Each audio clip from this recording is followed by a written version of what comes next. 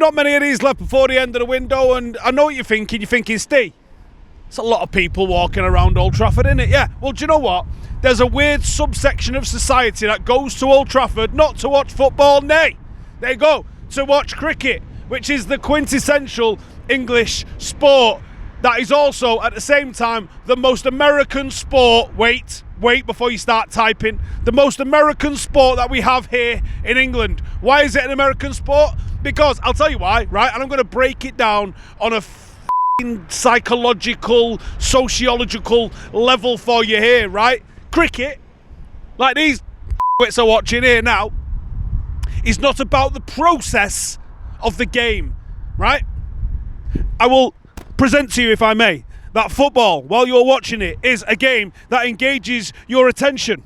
And it engages your attention by the fact that you do not go for a piss or a pint or none of that shit during the middle of the game. You are locked in for 45 minutes plus injury time, and then you fucking run for a piss real quick, stand in the queue for ages, and then run back to your seat before the rat tree starts. However, that is not the case when it comes to both American sports and cricket, which are sports inherently about drinking and eating and fucking about with your mates. No, I got that. I understand them sports. It's not for me. But I understand those sports, and that's what this lot are doing now. But I also put it to you, what kind of fucking sport requires you to take days off work? Here's the thing about football. You know it's a working class sport because it happens fucking outside of work. People go to work and then they go to the match. What happens with cricket? Toffs, middle class wankers, people in Oxford button-down shirts and boat shoes. We'll just book a bit of annual leave and we'll go to Edgbaston and watch the old cricket. Dicks. Anyway, what we're here for? Transfers. Speaking of which.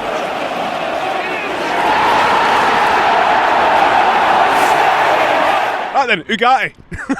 Right, let's start with Ugarte. No, for the second week on the bounce, Ugarte has been left out of the PSG squad. Why has he been left out of the PSG squad? Because he's on his way to United. What is the hold-up? Now, I know that there's been some actual journalists, as well as people who work for the Metro and the MEN, that are saying that United don't need to sell anyone for this to be able to come in. But proper journalists, i.e. ones that we believe and we trust, they're sort of telling me that United actually do need to move some people off the books before they can bring this in. And that, I believe, by the sounds of things, even goes for if there's going to be a loan. Now, somebody like a Laurie Whitwell has been pretty consistent in saying that he thinks if this happens, and I don't like the way he says if, because surely it's going to happen. But he's saying if this happens, he thinks deadline day or right at the very end of the window. So he's got another week to squeeze out of this one by the sounds of things. I guess that's how it's going to go down, isn't it? Now, I think it's going to happen. I don't really think I can give it a 9 out of 10 just yet. It feels like in pure 8 out of 10 territory, especially if there's a requirement from United to move somebody on to be able to bring this in. So don't be thinking about sticking him in your fantasy team for today's fixtures. Maybe not even for next week's fixtures. Maybe he'll be here after international break once he fully settles in and all that kind of caper. But it is what it is. I think it'll happen. I just think that for the first time in this window, there's been a bit of a complication. And if you go back to the Mazraoui and De Ligt deals, those were done. And then it just required Wan-Bissaka to go on then. I won't mind a blow of a bubble. And then it gets boxed off, doesn't it? So I wonder, is there either Sancho or McTominay or Casemiro or, I don't know, someone we haven't thought about that's going to figure this out and move, and then we'll push the button. I don't know. Maybe Ineos have got like a size of a squad that they're happy to have, and it requires another one or two to leave before we bring one in. I don't know. You don't know. But we'll find out in like the next 8 days, I'm sure. All right? 8 out of 10. Marcus Alonso. You may be remembering him from such videos as Not Road Safety. Jay's got a big bee in his bonnet about this guy. Here's the thing. He's available on the free. Does that mean we should get him? No, obviously. Where even is he? He's available on the free. Who wrote this article, by the way? Ethan, who wrote this article? We don't know who wrote this article, but Alonso seems to be a logical choice, says who? Given that he's a free agent, given the fact that he played 5 fucking games last year. Like, isn't that about the same as Malacia did last year? I get there's a desire for some sort of a depth at left back, and we were going to touch on Chilwell as well. I just don't think Marcos Alonso's the one, is he? Has that just been, like, of all of the players in the world, is there anyone that isn't a dangerous driver that we could bring in? Maybe someone that's only got like 3 points on a licence. We all got 3 points on our licence, haven't we? It's a dual carriageway, man. Keep 30-mile-an-hour road, bastards. Only doing 35. Alonso. I can't see this one, man. I don't want this one. I can't see this one. Fucking 0 out of 10. All right, Chilwell. And won't be the only one of these that we have in this episode. Chilwell has been told he's not part of Chelsea manager Maresca's plans. Really? Him and literally 35 other blokes. Oh my God. Right, I'm sure we all saw the statement that came out of him. His whole chest, he's coming out and just chatting all the shit. I genuinely will be shocked if he's still Chelsea manager by Christmas. When those decorations come down and go back in the loft, he'd be on the dole. There's not a prayer he's still going to be employed as Chelsea manager by then. I'm just not having it. It's an absolute car crash waiting to happen. They're like, hey, how are you going to train 42 players? And he goes, 42 players? I'm training 21. Fuck the rest of them. I ain't touching them. They could go fuck off. Not only that, they're signing players at the rate of about 3 an hour by the looks of things. They're giving, like, way up. What's going on? They're signing players so often that they're giving new players, existing players who are still fucking there, squad numbers. They're walking in and going, yeah, I'm number 7. Not today, you're not, son. He is. For next week, and then he'll be getting fucked off and someone else is going to get it. It's absolute chaos. Chelsea, I don't know what they're trying to achieve. If it's like becoming a new laughingstock of something, I think they're well on their way to doing that. They've got so many good players that the right manager could genuinely win a title with these, and the wrong manager could genuinely relegate them. They are an absolute enigma at the moment, and no one has any clue how this is going to play out. Let's just tune in and see how it goes.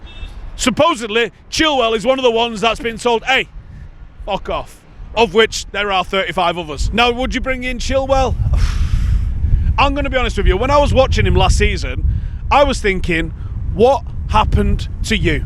Because at one point, he was an excellent fullback. But last season, watching him, I was going, I don't know what you do. You're just bad at everything. Now, does that mean that United could offer him some sort of a career lifeline? I said this a while ago, and it's never been more true than right now. You're going to be able to get a bargain out of Chelsea because they need to get rid of, like, hundreds of players. If you steam up at the right time with the right offer, and at the moment, it really is a half-eaten sausage roll and an apple. If you steam in there with the right kind of offer, you can get a player out of Chelsea. Is Chilwell that player? It depends what I don't know the actual situation with Luke Shaw's injury, and I don't know the situation with Malacia's injury, and I don't know where the manager sees Harry Amas, and I don't know how likely he is to continue this experiment with Martinez dropping into left-back, whether he sees Delo or Mazraoui being able to fill in. I don't know what I don't know. There are options to fill in at left back, and Malacia, you would assume, is going to get fit at some point, and ditto for Luke Shaw. It's a big commitment to bring in another player, unless you could get him on like a season-long loan or something like that. But those season-long loans haven't really worked out for us, have they, lately? Unless you bring him in on some sort of deal like that, I don't really want to see United making that sort of commitment. I would rather we identified who the actual next best left-back in the world is going to be and sign him. Which I know is a big ask, but it is what I would like us to do. Chilwell to United, though, does not feel like a 0 out of 10. And it's far from a 10 out of 10. So I'm going to say 3 out of 10. And sticking with Chelsea, Raheem Sterling. Now, there is a rumour that I've been peddling for about 2 weeks, and I actually don't know where I heard it from, and I actually don't know if it's true, but we're going to keep rolling with it. I think Raheem Sterling might be a United fan, right? For a man that came up through Liverpool, played for Manchester City, currently plays for Chelsea, United fan. Never scored against United, supposedly. Know why he's never scored against United? Because his shooting's fucking abysmal. That'd be why he's never scored against United, right? Raheem, why would I do it in one shot when I could take 10? Sterling. No, thank you, sir, right? I do not want to be standing in a Stretford end recreating this. No one to pass to.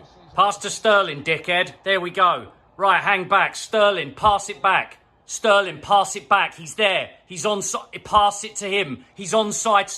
Sterling, he's on side. Pass it to him. Don't dive. Fucking idiot! So the talk is swap Sancho for Sterling, right? And I know that there's some of you that are thinking 2 steps ahead here. They're going, wait.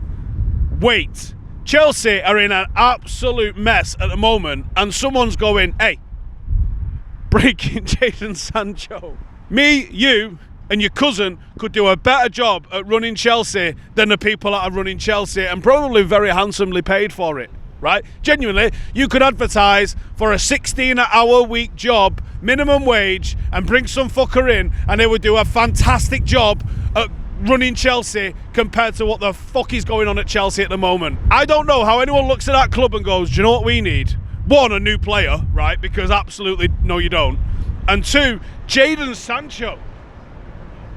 I'm half tempted to just give him Jadon Sancho. Let him. Can you imagine? He's seen his ass about not playing behind Anthony, which, okay, there's probably some credence to that. And that we don't even know if that's the case. I just assume that's the case.